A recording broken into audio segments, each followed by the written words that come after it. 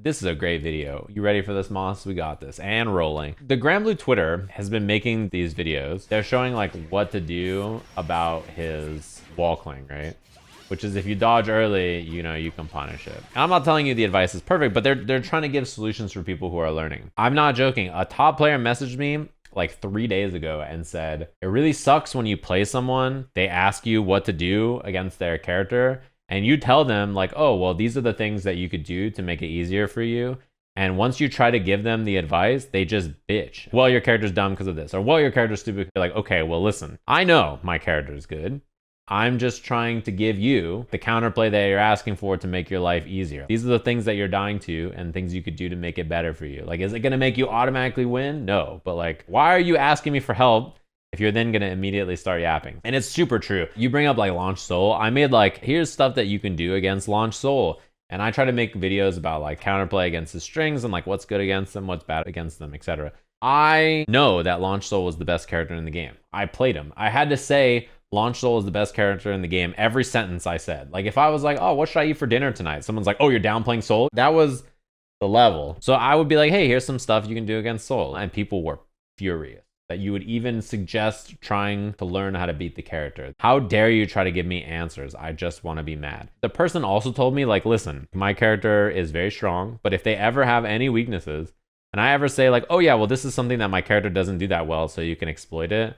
They're just like, what do you mean your character doesn't do that well? You have X move, lol. They completely write off any of the weaknesses of the character that exist just because the character is strong. You see this all the time. Let's say somebody plays JP in Street Fighter and they're playing one of JP's bad matchups and they're like, oh man, this move is really good against my Y move here. I gotta figure out how to deal with this.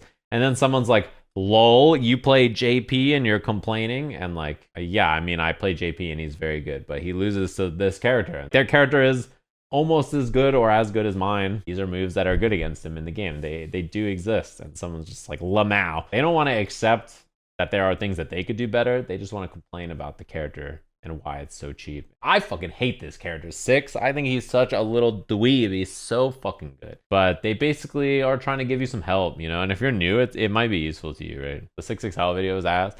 Yeah, but like the fact that they're trying to be like, hey, here's how you play our game on social media to like all the casual people who are picking it up and stuff. Because like if you're an experienced player, you already like, you know how to go lab this shit, right? The idea is very cool. Also, how often in real matches do people roll shit that's actually negative and then get away with it? Or like dodge shit that's negative and get away with it? It's like somewhat common. The rest of the responses in the video are fine. You have to make a guess on 6XL. If they're gonna try to do 6XL, 6XL, or if they're gonna do something tight like 2L, 5L. But how many other fighting game companies do you see do this? Posting like a training mode clip or example of how to deal with moves that are in their game. Like nobody else is doing this. So the fact that like a company tries this and the response is this is like so bad to me. Someone somewhere like pitched this idea.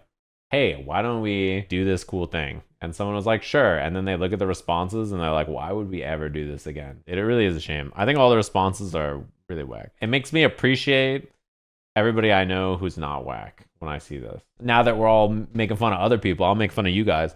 You know when I was learning Belial in training mode, and I was like, do I get a safe jump off of this move? And then in chat, everybody was like, yeah, Belial's like super top tier. He's broken from the last game. You definitely get a safe jump off this move. And I was like, okay, what is it? Literally no one had an answer. And I was like, guys, you all said he's cheap and I get a safe jump because he's so broken. What's my safe jump? And then it turns out I didn't get a safe jump off of it. It's extra funny because Belial's not even that cheap in this game. It's a holdover from the last game. They're not even looking at the actual scenario and like what the knockdown is. They're just like, well, this character was cheap in the last game, so he must get a safe jump from every knockdown in the new game. And he is really good in this new game, but he doesn't get a safe jump there. One of the reasons that I don't like when people say silly or derivative stuff about fighting games is this. When you look on the internet about fighting games, how much of it is people being like, I think fighting games are really cool? And how much of it is this game really sucks, the way this is built is trash, and fighting games are bad, and this is bad. Oh my god, this guy hit me out of this move. My character sucks, or his character's broken. It's a general video game problem, right? Like most of the places you go, how often are people like, the game I'm currently playing is dope, versus the game I'm currently playing is bad and the people who made it are bad. I talk about the cool parts about fighting games, right? Because that's the part I think is cool. You know, when I do that, people say this Sajam guy is being toxic positive. People are mad at you for not being mad. If you're nice about the game, it's seen as not real. But like the answer is like, you're just miserable and I'm not. Like, I'm just chilling. Like, I don't know. Street Fighter 6 is very good. I think it's a very good fighting game. I like it a lot. Does it have problems? Yeah, absolutely. It's got lots of things that I think could be changed or adjusted, or things that they missed on that they can fix, right? Both in terms of the package, but also in terms of the gameplay stuff. But like the way people talk about games is so bad. And top players do it all the time too. The way they talk about their game and like shit on the decision making and the balance and like all the stuff about the game is so unhinged. And then they play it constantly all the time. And it's like their favorite fighting game. I'm like, dude, if you are constantly dumping on your own game, people who watch you and play the game are going to think the game is also bad and then not want to play it or care about it. If you are like, my game sucks all the time, people will be like, oh, that game sucks. Not to pick on Leffen, but let's pick on this motherfucker. He tweets about how much like Strive is like, he likes Strive and he thinks the game is good.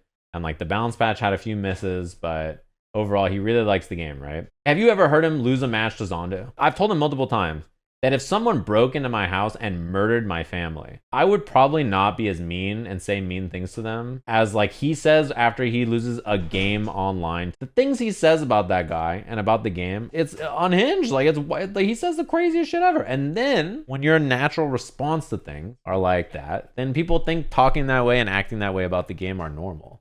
And I told him that and he was like, yeah, I'm working on it. But it's like true, like it's real. If your natural response when you lose to something is this character's broken or bad, or this game is bad, or this motherfucker's just doing stupid shit and winning and blah, blah, blah. When you win, you are like, oh, I did it. I won. It's me. I did it. It's my skill. I'm proud of my achievement. What do you think people are going to say about you? They're going to say it's your character. They're going to say the game is bad. They're going to say, you know what I mean? They're going to be doing what you just did. You're not taking the game to like a good place. You're just dragging it down and beating its ass. And then when you do well, everybody's going to say that you won in a bad game. And then you're like, no, the game's good because I won now. And I'm not like telling you. You notice how I always have to say this? And the people who say stupid shit about the game every day with no consequence, they can just say the game is bad, the balance is bad, the design is bad. They can say all that with no need to back it up or anything.